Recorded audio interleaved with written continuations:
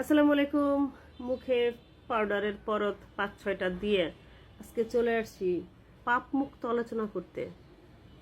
এখন বলেন, পাপ মুক্ত আলোচনা মানে কি? আজকে মানে ব্যাখ্যা সহকারে বুঝাই দিব। ধরেন, ফেসবুক ওপেন করতে পারি না, মহিলা খালি কান্দে কান্দে কান্দে, তার জামাইয়ে ফিরাইছে, এই করছে সেই করছে। দেখেন, কয় মাস আগে মহিলার রোমান্টিকতা দেখে আমার মতো মানুষরা ডিপ্রেশনে চলে যাচ্ছিল। এখন বলতে পারেন কেন?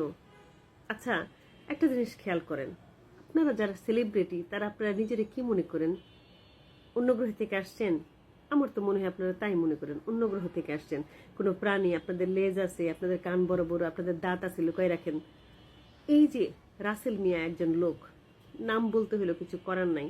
তারে দেখলে আমার কাছে মনে হয়, কিছু লোকরা না দেখলে মানে ইনার ফিলিং আসে, দেখলে মনে হয় গাঁজাখোর, নেশাখোর এই টাইপের।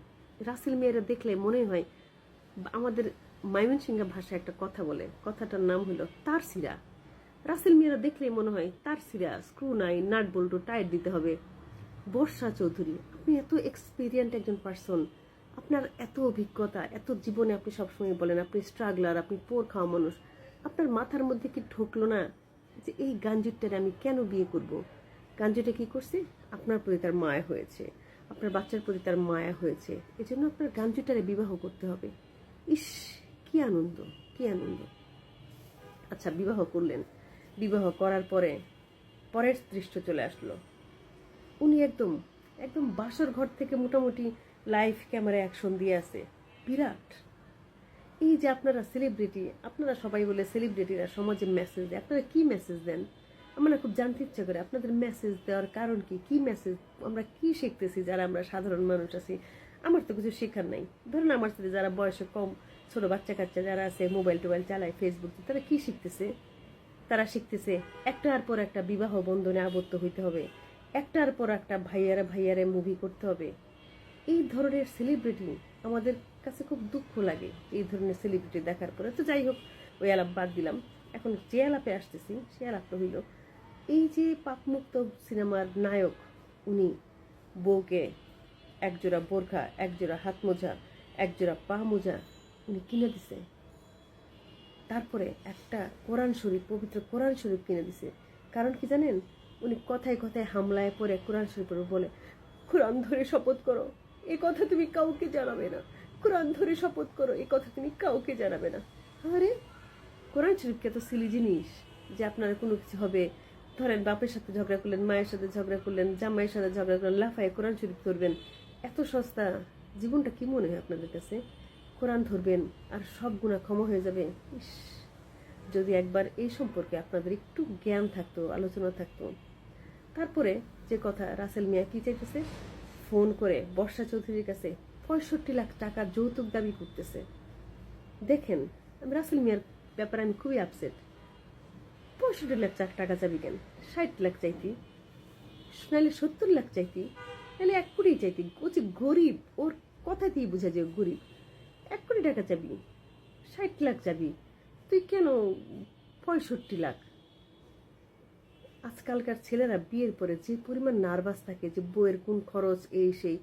আর সে বেটা কত ভাগ্যবান, উল্টা আমি বিয়েতে যাব, আমাকে 3 লাখ টাকা দিতে হবে, আমি তোমার সাথে সংসার করব, আমাকে 65 লাখ টাকা দিতে হবে, সেটা কিন্তু আমি আমার নিজের মতো খরচ করব। খেয়াল করছেন? আমার কাছে মনে হয় ও একটা জিনিস। কয়দিন পর প্যাকেট করে মহিলা বিয়ে করে, আর মহিলা, বাংলাদেশে মহিলা তো সস্তা হয়ে গেছে। সস্তা না হইলে এই সমস্ত মহিলারা বিয়ে করে, বিয়ে করার পরে আবার এই এর মতো নেশা করে টাকা পয়সা পানি দিয়ে চালায়।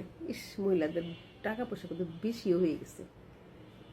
যাই হোক, একটা জিনিস মনে রাখেন, মাঝে মধ্যে আমার কাছে একটা জিনিস খুব মনে হয়, আমরা কথায় কথায় বলি boycott India, boycott Israel, boycott অমুক, বয়কট সাকিব খান নাকি সাকিব আল হাসান, বয়কট। আপনারা এই সমস্ত মিডিয়া, এই সমস্ত যারা এই টাইপের কি বলি, যারা নিজের ইনফ্লুয়েন্সার দাবি করে, যারা নিজের মুভি স্টার দাবি করে, তাদেরকে বয়কট করতে পারেন না? যাদের কাছ থেকে আমরা আমাদের সমাজ রং মেসেজ পাচ্ছে, একটা প্ল্যাটফর্ম, এটা টোটালি একটা রং। রাসেল মিয়ার কাছ থেকে মেসেজ পাচ্ছে কি, একবার না পারলে দেখা শতবার, একে বিয়ে করো, তাকে বিয়ে করো, যৌতুক চাও, এই করো সেই করো। বর্ষা চৌধুরীর কাছে কিন্তু ঘুরাই ফিরে একই মেসেজ পাচ্ছে, একবার না পারিলে দেখো শতবার। অমুক জারার পাপা, দেখো দেখো দেখো, জারার জন্য আমি নতুন পাপা এনেছি, জারার পাপা দেখো। বাবারে বাবা, এত বছরের সংসার ওনার, মাত্র 2 বছরেই জারার পাপা তুমি আকাশের তারা হয়ে গেছো। এই সমস্ত ভাবা যায়? হ্যাঁ, এ সমস্ত ভাবা যায়? তো যাই হোক আপা, আর যাই করেন, আবার এখন খুব দ্রুত 6 মাসের মধ্যে আবার যারা ছোট ভাই, ওইটার নাম জানি না, ওইটার জন্য পাপা আইনেন না। এত পাপা ঘন ঘন আইনেন না আপা, এত পাপা আনা ভালো না। আপনারা এত পাপা দিয়ে কি করবেন বলেন? আইনে রাখতে পারেন না। একটা জিনিস মনে করা উচিত, বাংলাদেশ প্রেক্ষাপট, এটা অন্য কোনো মানে ঐশ্বরিক দেশ না। একটা মিডল এজের মহিলার কাছে একটা পুরুষ কেন আসবে?